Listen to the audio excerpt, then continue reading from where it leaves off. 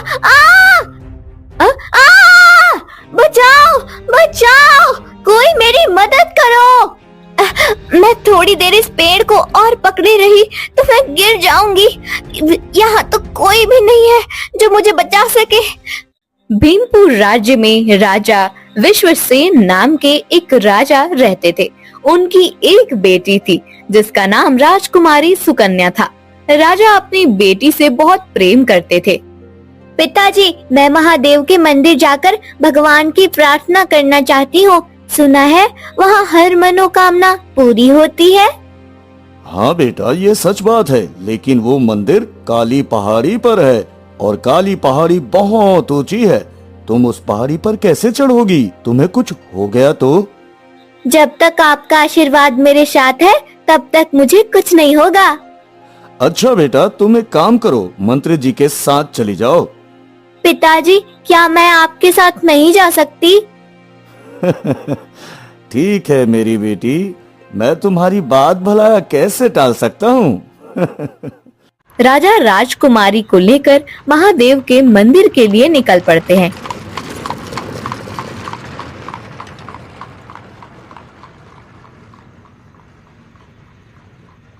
पिताजी, मंदिर पहुंचने में हमें कितना समय लगेगा? बेटी, महादेव का मंदिर बहुत दूर है, वहाँ पहुँचने में हमें काफी समय लग जाएगा। अच्छा पिताजी। मुझे लगता है अब हमें थोड़ी देर रुककर आराम कर लेना चाहिए। ठीक है पिताजी, जैसा आप कहें। राजा और राजकुमारी एक पेड़ के नीचे बैठकर आराम करने लगते हैं।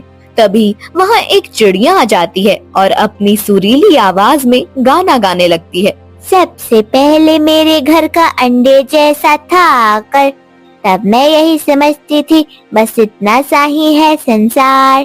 फिर मेरा घर बना घोंसला सूखे तिनकों से तैयार, तब मैं यही समझती थी बस इतना सा ही है मेरा संसार। फिर मैं निकल पड़ी शाखों पर हरी भरी थी जो सुकुमार, तब मैं यही समझती थी बस इतना सा ही है संसार। लेकिन जब मैं आसमान में उड़ी तो दूर तक पंख पसार, तभी समझ में मेरी आया बहुत बड़ा है यह संसार। राजकुमारी चिड़िया का गाना सुनकर उठ जाती हैं और कहती हैं, अरे वाह नन्ही चिड़िया, तुम तो बहुत ही अच्छा गाती हो। मेरा नाम है झिलमिल चिड़िया, मैं हूँ सबसे अलग, सबसे निराली। मुझसे जो भी मिलता है कहता मुझे निराली। तुम तो बातें भी अच्छी करती हो। पिताजी देखिए, इस नन्ही चिड़िया को कितना अच्छा गाती है। हाँ, ये चिड़िया तो बहुत प्यारी है। अब मुझे बहुत जोरों की भूख लगी है। क्या आपके पास मेरे लिए कुछ खाने को है? नहीं, पर रुको, मैं तुम्हारे खाने का अभी बंदोबस्त करती हूँ। पिताजी, इस नन्ही चिड़िया को भूख लगी है। मंत्री जी, आप कहीं से फल तोड़कर ले आइए। जी महाराज, मैं अभी उस पेड़ से फल लेकर आता हूँ।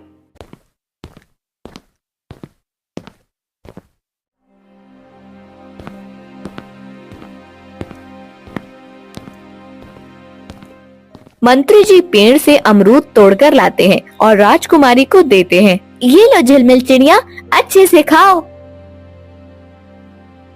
वाह, ये अमरूद तो बहुत ही स्वादिष्ट है। आपका बहुत शुक्रिया मुझे अमरूद खिलाने के लिए।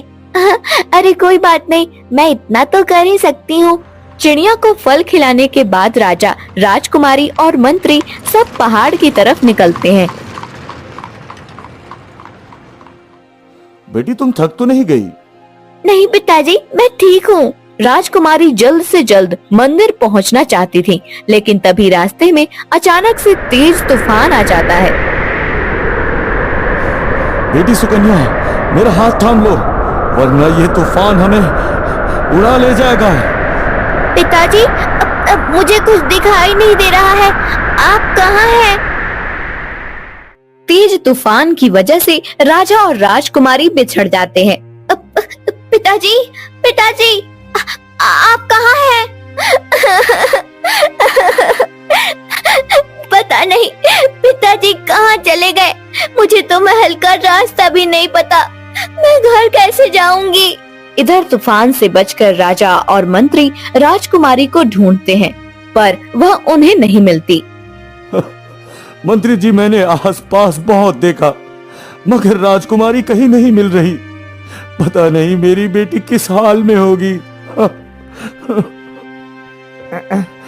जी महाराज, मैंने भी उन्हें बहुत ढूंढा पर वो नहीं मिली महाराज। काफी देर ढूंढने के बाद राजा और मंत्री थक हार कर महल वापस आ जाते हैं। इधर भटकती हुई राजकुमारी का पैर पहाड़ी से फिसल जाता है। बचाओ बचाओ, कोई मेरी मदद करो। मैं थोड़ी देर इस पेड़ को और पकड़े रही तो मैं गिर जाऊंगी। यहाँ तो कोई भी नहीं है जो मुझे बचा सके। तभी अचानक वहाँ वही झिलमिल चिड़िया आ जाती है। अरे राजकुमारी, आप यहाँ कैसे गिर गई? अच्छा हुआ नन्ही चिड़िया तुम आ गई। मेरी मदद करो वरना मैं गिर जाऊंगी। आप परेशान मत हो, मैं अभी किसी को आपकी मदद के लिए लेकर आती हूँ। तब तक आप इस पेड़ को छोड़िएगा मत। झिलमिल चिड़िया झट से जाती है और आसपास देखती है। उसे कोई नजर नहीं आता। फिर थोड़ी दूर पर उसे एक बकरी चराने वाला व्यक्ति दिखाई देता है। सुनो भले इंसान, मेरी मदद करो। राजकुमारी उस पहाड़ी से गिरकर एक पेड़ पर लटकी है, उन्हें बचा लो। कहाँ है तुम्हारी राजकुमारी? चलो मेरे साथ। भुवन तुरंत पहाड़ी पर पहुंच जाता है और देखता है कि राजकुमारी बुरे हाल में पेड़ से लटकी हुई हैं और उनके हाथों से खून बह रहा है। राजकुमारी, क्या आप मुझे सुन सकती हो? राजकुमारी। हाँ, मुझे बचा लो, मेरी मदद करो। मैं अब और इस पेड़ को पकड़कर नहीं रह सकती। अरे आप परेशान मत हो, मैं आपको बचाता हूँ, रुको जरा। इतना कहकर अनुज अपने पास रखी एक रस्सी निकालता है। राजकुमारी, मैं रस्सी फेंक रहा हूँ, आप इसे पकड़कर ऊपर आ जाइए। भुवन रस्सी फेंकता है। फिर राजकुमारी हिम्मत करके उस रस्सी से ऊपर आती है। राजकुमारी, आपके हाथों से तो बहुत खून निकल रहा है। हाँ राजकुमारी, खून तो बहुत निकल रहा है। तुम्हारा बहुत शुक्रिया, तुमने मेरी जान बचाई। कौन हो तुम? क्या नाम है तुम्हारा? मेरा नाम भुवन है। मैं अपनी बकरी चलाने निकला था, तभी इस नन्ही चिड़िया ने आकर मुझे आपके बारे में सब कुछ बताया। क्या तुम मुझे महादेव मंदिर तक ले चलोगे? हाँ, पर उससे पहले मैं आपके घाव के लिए जड़ी बूटी लेकर आता हूँ। भुवन जड़ी बूटी लेकर आता है और उसे राजकुमारी के घाव पर लगाता है। हाँ, अब आपके जख्म एकदम ठीक हो जाएंगे। हाँ, शुक्रिया तुम्हारा। अब भुवन राजकुमारी को लेकर मंदिर के लिए निकलता है। आधा रास्ता भी नहीं होता और रात हो जाती है। राजकुमारी, अब तो रात हो गई है, हमें यहीं रुककर सुबह का इंतजार करना चाहिए। सुबह होते ही हम मंदिर के लिए निकल जाएंगे। ठीक है। भुवन, राजकुमारी और झिलमिल चिड़िया तीनों पहाड़ी पर ठहर जाते हैं। अगली सुबह राजकुमारी अपने पिता को याद करके रोती रहती है। तभी अचानक भुवन की आँख खुलती है और वह राजकुमारी के आंसू देख लेता है। अरे राजकुमारी, आप रो क्यों रही हो? क्या हुआ राजकुमारी? नहीं, मैं तो नहीं रो रही। अरे, मैंने खुद देखा है आपके आंसू गिरते हुए। अब बताइए क्या बात है? राजकुमारी भुवन को सारी बात बताती है कि किस तरह वह अपने पिताजी से बिछड़ गई, पर वह अपना और अपने राज्य का नाम बताना भूल जाती है। अरे, ये तो बहुत बुरा हुआ। आप रोइए मत, मैं आपको मंदिर के दर्शन कराकर सही सलामत आपके राज्य पहुंचा दूंगा। क्या सच में? अरे हाँ भाई, सच में। चलिए, हमें अब मंदिर के लिए निकलना चाहिए। अब भुवन और राजकुमारी मंदिर के लिए निकलते हैं। तभी अचानक राजकुमारी को ठोकर लगती है और वह लुढ़कती हुई पहाड़ी से नीचे आ जाती है और उनके सर पर चोट लग जाती है। अरे राजकुमारी, आप ठीक तो हैं? भुवन राजकुमारी के ऊपर पानी छिड़कता है। वह होश में आती है। तुम कौन हो और मैं इस पहाड़ी पर क्या कर रही हूँ? मेरा नाम क्या है? भुवन और झिलमिल चिड़िया हैरत से राजकुमारी को देखते हैं। अरे, लगता है सर पर चोट लगने से आपकी याददाश्त चली गई। कोई बात नहीं, आप मेरे साथ मेरे घर चलिए, वहाँ मेरी माँ आपका बहुत ख्याल रखेगी। हाँ। भुवन राजकुमारी की हालत देखते हुए उन्हें अपने घर ले आता है। कल से तुम कहाँ थे बेटा, और यह तुम्हारे साथ लड़की कौन है? भुवन अपनी माँ को सारी बात बताता है। बेटी तुम परेशान मत हो, तुम मुझे अपनी माँ की तरह ही समझो। ठीक है माँ जी, पर मैं अपना नाम भी नहीं जानती हूँ। कोई बात नहीं बेटी, आज से तुम्हारा नाम राधा है। अब हम सब तुम्हें राधा कहेंगे। अब तुम आराम करो, मैं तुम दोनों के लिए कुछ खाने को लाती हूँ। भुवन की माँ राजकुमारी का अच्छे से ख्याल रखती है, इसलिए कुछ ही दिनों में उनके घाव ठीक हो जाते हैं, लेकिन वह फिर भी उदास उदास सी रहती है।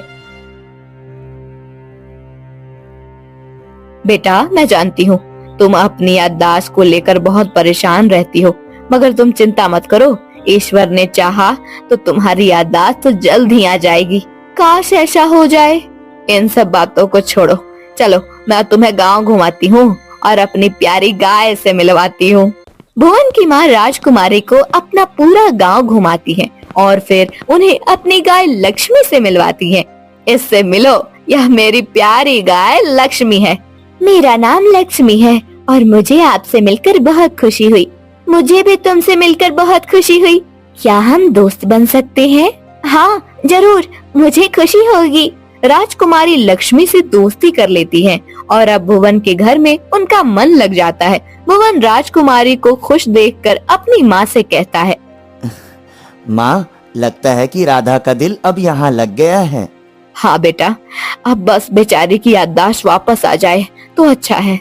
माँ वैद्य जी ने कहा है कि अब राधा धीरे धीरे ठीक हो रही है और बहुत जल्द उसकी याददाश्त भी वापस आ जाएगी। भगवान करे ऐसा ही हो। मैं भगवान से रोज प्रार्थना करती हूँ कि उसका परिवार उसे जल्द ही मिल जाए। समय गुजरता जाता है और अब राजकुमारी भुवन की माँ के साथ घर के कामों में हाथ बटाने लगती है। सुबह सुबह राजकुमारी भुवन की माँ से कहती, माँ जी क्या मैं भी आपके साथ चूड़ियाँ बेचने चलूं? नहीं राधा बेटी, तुम घर पर आराम करो। अभी तुम्हारी चोटें पूरी तरह से ठीक नहीं हुई हैं, तुम्हें आराम की जरूरत है। माँ जी मैं दिन भर घर में आराम करते करते उब गई हूँ। लेकिन घर के कामों में तो तुम मेरी मदद करती हो ना। अब जब तुम पूरी तरह से ठीक हो जाना तो मेरे साथ चूड़ियाँ बेचने भी चलना, पर अभी नहीं। माँ जी मुझे सिर्फ आज ले चलिए ना अपने साथ, फिर मैं नहीं कहूँगी। अच्छा ठीक है चलो। इस तरह कुछ समय और बीत जाते हैं और राजकुमारी पूरी तरह से स्वस्थ हो जाती हैं।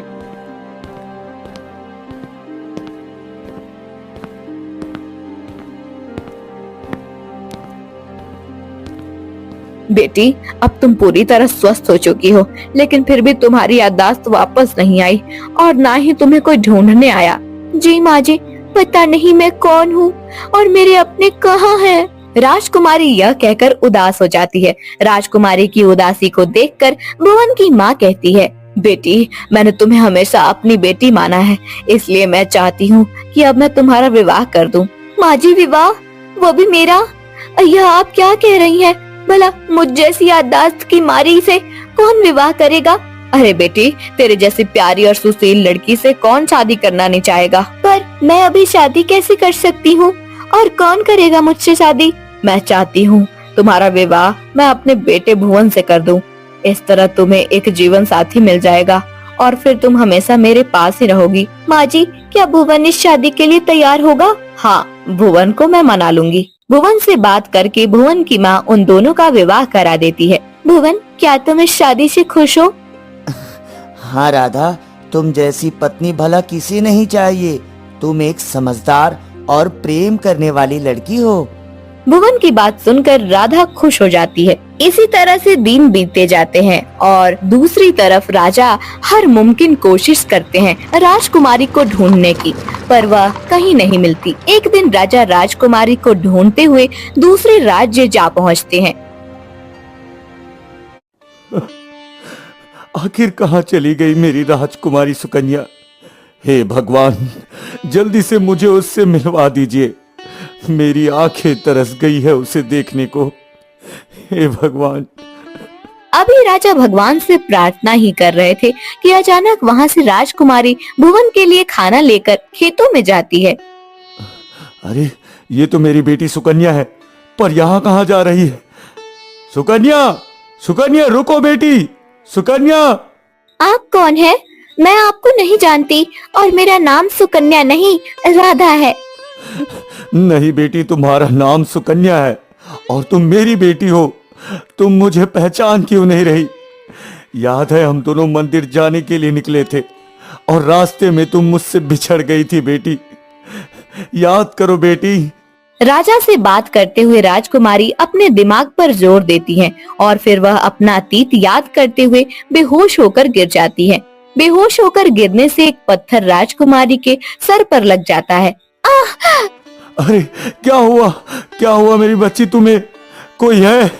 कोई है? मेरी मदद करो, कोई है? राजा की आवाज सुनकर भुवन दौड़ता हुआ आता है। राधा, तुम्हें क्या हुआ? मैं अभी तुम्हें वैद्य जी के पास ले चलता हूँ। भुवन राजकुमारी को वैद्य जी के पास लेकर जाता है। वैद्य जी, मेरी पत्नी को बहुत चोट आई है, आप इसका इलाज कर दीजिए वैद्य जी। भुवन तुम परेशान मत हो, मैं अभी तुम्हारी पत्नी का मरहम पट्टी कर देता हूँ बेटे, आराम से।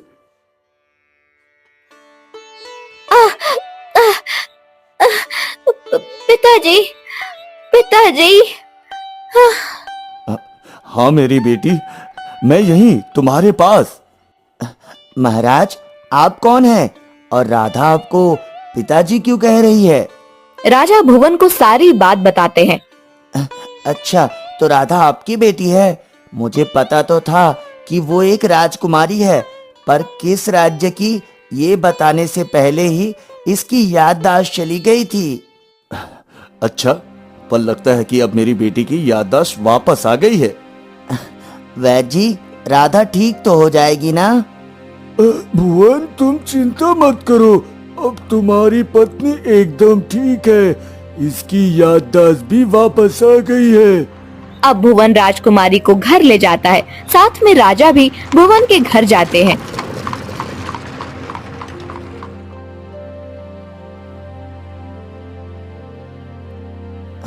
माँ, तुम कहाँ हो? देखो, राधा की याददाश्त वापस आ गई है माँ। क्या हुआ बेटा? तू इतना शोर क्यों मचा रहा है? और यह महाराज कौन है? माँ जी, यह मेरे पिताजी हैं, जिनसे मैं बिछड़ गई थी। भगवान ने मेरी सुन ली और तुम्हें तुम्हारे पिता से मिलवा दिया। हाँ माँ जी, सब आपकी प्रार्थना का नतीजा है। इतने में भुवन की आंगन में दुष्ट जमींदार आ जाता है। जमींदार की नजर भुवन के घर पर होती है। वह घर हड़पने के लिए भुवन और उसकी माँ पर झूठा इल्जाम लगाता है। महाराज, इन दोनों ने आपकी बेटी को शादी के लिए जबरदस्ती मजबूर किया था। ओए, तुम कौन हो और मैं तुम्हारी बात का यकीन क्यों करूं? मैं इस गांव का जमींदार हूँ और मैं शुरू से इन दोनों को जानता हूँ। ये दोनों एक नंबर के लालची लोग हैं। हाँ, लालची। अरे जमींदार जी, जुबान संभाल कर बात कीजिए। आप हम पर झूठा इल्जाम क्यों लगा रहे हैं? अच्छा, मेरी हर बात एकदम सच है, सच। राजा जमींदार की बातों में आ जाते हैं और बिना किसी की बात सुने भुवन और उसकी माँ को बंदी बना लेते हैं। पिताजी, आप भुवन और माँ जी को छोड़ दीजिए, उनका कोई कसूर नहीं है। बेटी, तुम्हें इनसे डरने की कोई जरूरत नहीं है। इन दोनों ने तुम्हें लालच में यहाँ रखा था और तुम्हारी शादी अपने बेटे से करवा दी ताकि तुम्हारी सारी संपत्ति इन्हें मिल सके। इन्हें नहीं पिताजी, ऐसा नहीं है। तुम बहुत भोली हो बेटी, तुम्हें इनकी चाल समझ नहीं आएगी। तुम मेरे साथ महल चलो। इतना कहकर राजा राजकुमारी को अपने साथ महल ले जाते हैं और भुवन और उसकी माँ को काल कोठरी में डाल देते हैं। लक्ष्मी गाय भी राजकुमारी का पीछा करते हुए महल पहुँचती है। प्रणाम महाराज। अरे तुम कौन हो और यहाँ क्यों आई हो? मैं राजकुमारी की दोस्त लक्ष्मी और भुवन की गाय हूँ। मैं आपको यह बताने आई हूँ कि भुवन निर्दोष है। उस जमींदार ने भुवन पर झूठा इल्जाम लगाया है। अच्छा, तुम्हें कैसे पता कि जमींदार झूठ बोल रहा है? और मैं तुम्हारी बातों का भरोसा क्यों करूं? आपको विश्वास नहीं है तो आप मेरे साथ चलिए और खुद देख लीजिए। राजा लक्ष्मी गाय की बात सुनकर जमींदार की जमीन की तरफ जाते हैं, जहां वह देखते हैं। मैंने भुवन और उसकी माँ को फंसाकर काल कोठरी में डलवा दिया। अब मैं उनका घर आराम से हड़प लूंगा।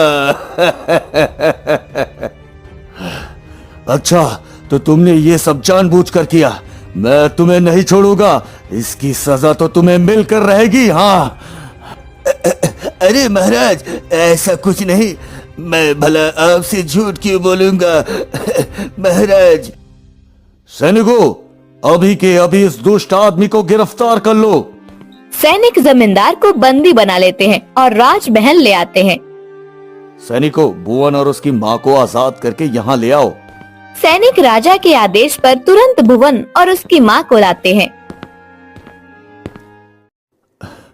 भुवन, मुझे माफ कर दो। मैंने तुम्हारे और तुम्हारी माँ के साथ बहुत गलत किया। मैं बहुत शर्मिंदा हूँ बेटे।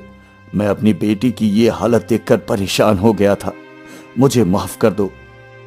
अरे कोई बात नहीं महाराज, राजकुमारी को उनका परिवार मिल गया, मेरे लिए यही बहुत है। अब हमें यहाँ से चलना चाहिए। राजकुमारी का ख्याल रखिएगा। भुवन यह कहकर अपनी माँ के साथ वापस अपने घर के लिए निकल पड़ता है। जब राजकुमारी को भुवन और उसकी माँ के लौटने की खबर मिलती है तो वह तुरंत दौड़कर उनके पीछे जाती है। भुवन, आप मेरे पति हैं और आप मुझे छोड़कर कहाँ जा रहे हैं? नहीं राजकुमारी, आप अपने पिता से बिछड़ गई थी, उसी बीच हमारा विवाह हुआ। वरना आपका विवाह तो एक राजघराने में होना चाहिए था। आपका और मेरा कोई मेल नहीं राजकुमारी। मेरे लिए आप किसी राजकुमार से कम नहीं है। मेरा और आपका साथ तो जीवन भर का है और आपको लगता है कि मैं इसे तोड़ दूंगी? कभी नहीं। अरे भुवन, मेरा कोई बेटा नहीं है। मैं चाहता हूँ कि तुम मेरे बेटे बनकर यही मेरे पास रहो और मेरी राजगद्दी संभालो। हाँ भुवन, मैं भी यही चाहती हूँ कि आप, माँ जी और लक्ष्मी हमारे साथ महल में ही रहे। राजकुमारी के बहुत कहने पर भुवन उनकी बात मान लेता है। अब सब एक साथ राजमहल में खुशी खुशी रहने लगते हैं। फिर राज्याभिषेक के दिन भुवन राजकुमारी को महादेव मंदिर के दर्शन के लिए ले जाता है।